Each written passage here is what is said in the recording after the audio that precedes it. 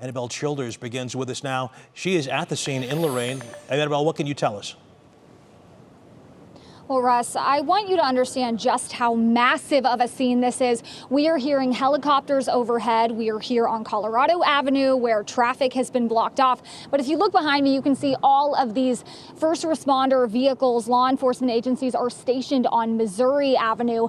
Now, Missouri Avenue dead ends past where all of these law enforcement vehicles are. Right now, we believe they might be searching for additional suspects. But according to Lorain's mayor, it's really unclear how many people are involved in this situation. We've been seeing SWAT vehicles arrive on scene. Then we've seen some vehicles turn their lights on and go head back to different areas while a lot of onlookers are looking. Now, something we just learned a few minutes ago is, if our photographer Randy will pan off to this building, that is Horizon Summer Camp, where we have been told they have gone into lockdown. There are 60 kids in there.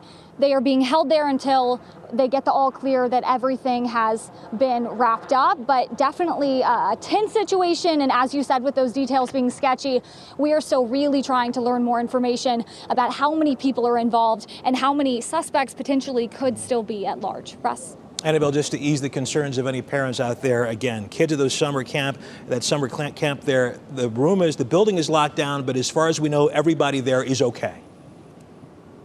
Yes, absolutely. They are okay. They did this out of an abundance of caution. They've shut down the keypads. They're just really wanting to make sure people are safe. Okay, Annabelle Childers in Lorain, thank you very much. There's definitely a lot to unpack, and if you've been watching through our earlier shows, this has really been a chaotic scene with lots of law enforcement vehicles here. We do know that 3 Lorain police officers were shot this afternoon. We are still waiting to learn exactly how this altercation unfolded with those 3 Lorain police officers. Live in Lorain, Annabelle, what are you learning about this incident? Well, just in the last 30 minutes, we got an update from Elyria Police Chief Jim Welsh, who told us all of this unfolded at around 1 p.m. today. Now, Chief Welsh says that Lorain officers responded to the end of Riverbend Drive, which is this road that you're looking at right now. It dead ends there. Now, he can't share whether those officers were responding to a specific call for service or doing proactive police work, but he says the suspect immediately started firing at them in an ambush-style attack. The officers were shot. They're being evaluated at this point at Metro Hospital in Cleveland. I do not have confirmation of their injuries. One was seriously injured. Now, officers returned gunfire at that male suspect, and he is now dead. Chief Welsh says it's unclear whether the officers shot the suspect or whether the suspect shot himself. Now, at this time, Elyria police are working alongside Ohio BCI, Lorain County Sheriff's Office deputies, and other federal partners as they are doing this investigation. Again, the chief says they are still working to determine exactly what these officers were responding to and how this all unfolded at the end of Riverbend Drive. I'm going to toss it now to my colleague Danielle Wiggins for more information on the suspect. Danielle, will you break down what the chief explained to you there? Annabelle, I know we've been on the scene all day in Lorain. What are you learning tonight? Well, for hours, there was so much speculation about what was actually going on. We watched as SWAT cars flew down this road, helicopters flew overhead. But police now tell us this was a horrifying shootout after a man attacked Lorain police officers. This afternoon, a continuous stream of emergency vehicles rushed down this dead-end road. Officials from both the Elyria and Lorain police departments later explaining the timeline of the tragic shooting that brought them here, an apparent ambush on Lorain police officers. At approximately 1:05 p.m., officers Wagner and Gale had purchased a pizza parked at the dead end of Missouri Avenue. Michael Failing, acting chief of Lorain Police, says officers Philip Wagner and Peter Gale were eating their lunch, parked next to each other in separate patrol cars, when a man parked on the road suddenly started shooting. He had an arsenal of weapons with him. He was laying in wait and opened fire with multiple rounds at both of the officers who were sitting in their vehicles. Failing says Officer Gale was shot in the hand, while Officer Wagner was shot multiple times. They called for help, and a third officer, Brent Payne, responded before he too was shot multiple times by the suspect. More officers responded to the scene, and at some point, the suspect was killed, though Elyria Police Chief Jim Welsh says how he died is not fully clear. I cannot confirm if the suspect took his own life at this point or if it was the return fire from law enforcement. Chief Welsh described the suspect as a 28-year-old white man and described his weapon as a high-powered rifle. In the aftermath of the shooting, Officers Wagner and Payne were airlifted to Metro. Officer Gale was also taken to a hospital for the gunshot wound to his hand. Elyria Police are now leading the investigation into the ambush, working alongside state and federal agencies. We're trying to conduct an impartial but thorough investigation so we can determine exactly what transpired here and why this senseless act took place. Now, a huge question left right now is why. Chief Welsh says they are fairly confident they know the identity of that suspect, but they're still working to determine a motive here. With what we're learning about the victims, but we start with Annabelle Childers, who has new information on the investigation. Annabelle? Well, guys, I want to start by letting you know that just in the last few minutes, we watched a Lorain police officer lift the cones and let us into the area. This is the very first time we're getting a look at this dead end of Riverbend Drive where this horrible shooting unfolded. Now, today we are getting more insight about how dangerous this scene was that officers responded to, why they needed bomb technicians and SWAT teams. We're also learning a lot more about that suspect, 28-year-old Michael Parker. Let's go now to Annabelle Childers. She is standing by in Lorain with the latest, where this all began yesterday afternoon around 1:30. Annabelle, what's the latest from your vantage point? Well, Russ, officials did confirm that the suspect was 28-year-old Michael Parker. As you said, we initially knew that Parker used a high-powered rifle in that shooting. We are now learning from Elyria Police so many dangerous materials were recovered in and around his car.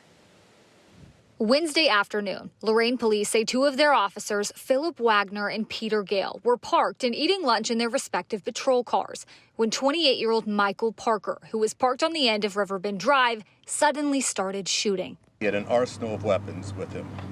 He was laying in wait and opened fire with multiple rounds at both of the officers who were sitting in their vehicles. Officer Gale was shot in the hand, while Officer Wagner was shot multiple times. A third officer, Brent Payne, responded to their calls for help and was also shot multiple times. According to Elyria Police, more officers arrived, exchanging gunfire with Parker and ultimately killing him. After transporting the injured officers to hospitals, multiple agencies combed through the scene. In the area, in and around Parker's vehicle, they found, quote, multiple high-powered rifles, handguns, and a substantial quantity of loaded magazines. Elyria Police say bomb technicians also found, quote, improvised explosive materials. Wednesday evening, investigators obtained a search warrant for Parker's home on North Lakeview Boulevard. They gathered evidence but did not find any explosive threats. Lorain County voter records show Parker lived here with his parents, and a neighbor tells us the family kept to themselves. Now, looking deeper into Michael Parker's past, we obtained a civil complaint filed against him for an incident in October 2022. The complaint alleged Parker negligently operated a vehicle while driving for the delivery company Instacart, traveling left of center and, quote, causing a collision with the motorcycle, end quote. The civil case was ultimately settled out of court. However, Parker was cited for a misdemeanor offense by Lorain Police for driving left of center in connection to the incident. County court records reveal Officer Wagner, one of the officers shot Wednesday, was the one who issued the citation. And at this point, Elyria Police tell us they are still working to determine what a motive was in this shooting. Russ? Okay, Annabelle Childers in Lorain, thank you very much. Motorcade has not left yet from the ME's office. Are you seeing anything there? What's the mood there? Well, even though we haven't seen that police escort arrive yet, we really are seeing people show up and turn out here. If you look behind me, we have seen dozens of people cross this road with their lawn chairs. They want to be here to welcome that police escort in. Well, absolutely. I think when something like this happens, it can be so easy to feel helpless. People want to support, they don't know how. This is really the moment where these families can come and show that they appreciate the hard, dangerous work that law enforcement officials do. And they're here. They are here with flags. They're here with their families, showing their kids that this is something that they want to support. They want to honor this community that gives back to them and protects them. And you can see right now, these vehicles are now in 4 different lines. They've been coming down that procession line single file, but there are so many vehicles here, they just have to make room.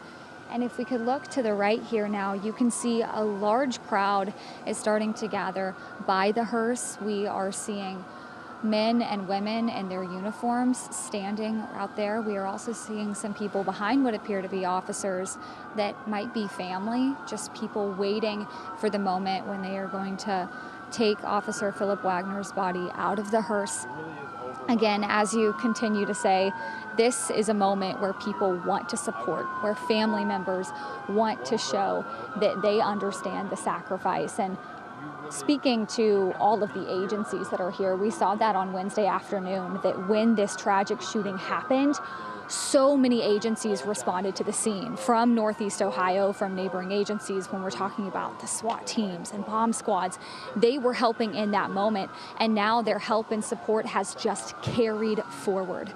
And right now, people are just taking photos. They are also taking some moments to reflect on the somberness of this scene.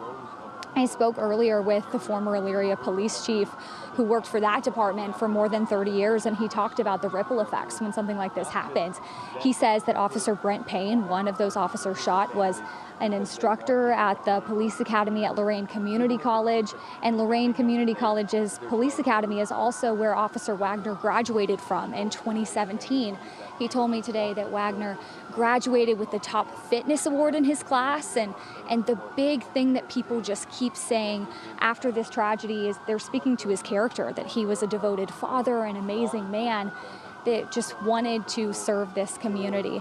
North Ridgeville is where Officer Wagner is from, so it's fitting that the Liston Funeral Home is where we are right now. And you can see now that those law enforcement vehicles have been parked, officers are getting out of their cars. They're walking further to this parking lot in this area by the funeral home. We believe when more of these officers get here, we will see some activity or movement in terms of the hearse and Officer Philip Wagner's body. But just such an emotional, less than 72 hours really from the moment that this shooting happened to the moment that this police escort has arrived on scene. And over that time, I know we've shown you images and videos from the Lorain Police Department where people have brought by flowers and candles and tributes and notes, just wanting to do something to support. Betsy, you talked about that GoFundMe. That's also an amazing way that people can support for Officer Wagner's family that has an incredibly painful and difficult long road ahead as they're dealing with the loss of a man who meant so much to them. And then also this Lorain Police Department, as these officers have to continue doing their jobs, they have to continue protecting the community while also dealing with this hole that's left behind by Officer Wagner. So definitely such an emotional scene right here. And even though we heard the sirens as that police escort was coming, it's very quiet here as people take time to remember. Very solemn moment. And as I mentioned, Officer Wagner now is the 3rd officer to lose his life in Ohio in the line of duty just this year. Annabelle, it looks like things are progressing there. Yeah, right now it appears that they are taking Officer Philip Wagner's body out of the hearse. You can see all of those officers standing at attention as they pull the casket out. I'm going to send it to a moment of silence right now.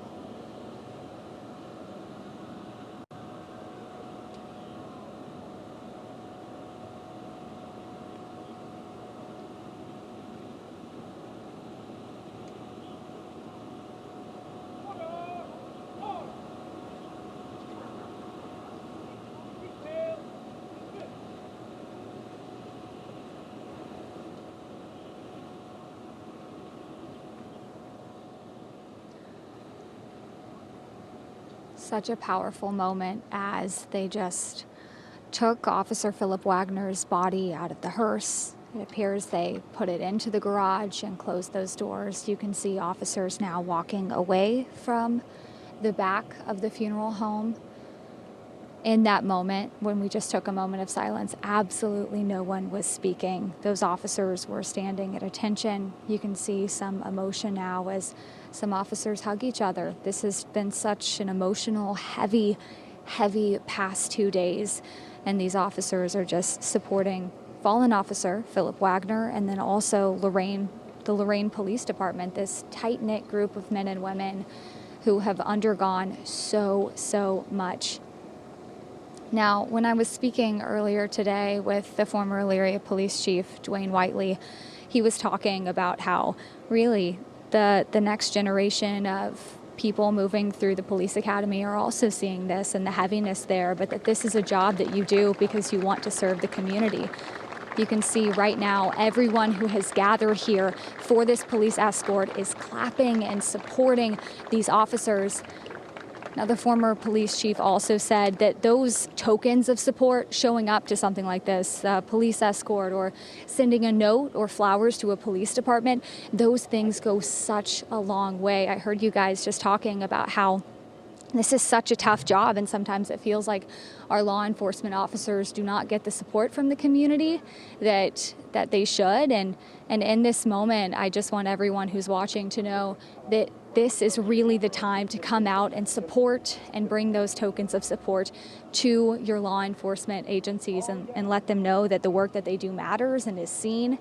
And here, just again, an emotional moment as these men and women are here together, supporting each other through this unimaginable loss. Yeah, absolutely. There are still people who are coming to support the officers here, and we are seeing right outside of the Liston Funeral Home just more officers that are hugging each other and different people that are trying to show support in this very difficult time. We've seen some posters and signs from people just saying, "We will remember you, Officer Philip Wagner. We will remember your sacrifice." Right now, we just watched as that initial motorcade has left the area, so it appears that some of these cruisers might be heading out, but we still see these 4 lines of law enforcement vehicles and people who have gotten out of their cars to hug each other and just let the Lorain Police Department know that they are being supported by the broader law enforcement community and all of the neighboring agencies. Just such an emotional, heavy morning here, but I really hope that the Lorain Police Department feels supported in this moment, because I know that is the hope of all of the people that came out here in solidarity. And we are seeing right now the hearse that held the casket containing Officer Philip Wagner's body is exiting the funeral home and heading out of the area. So just a lot that we're keeping track of as we keep Officer Philip Wagner and his family, his friends in our thoughts.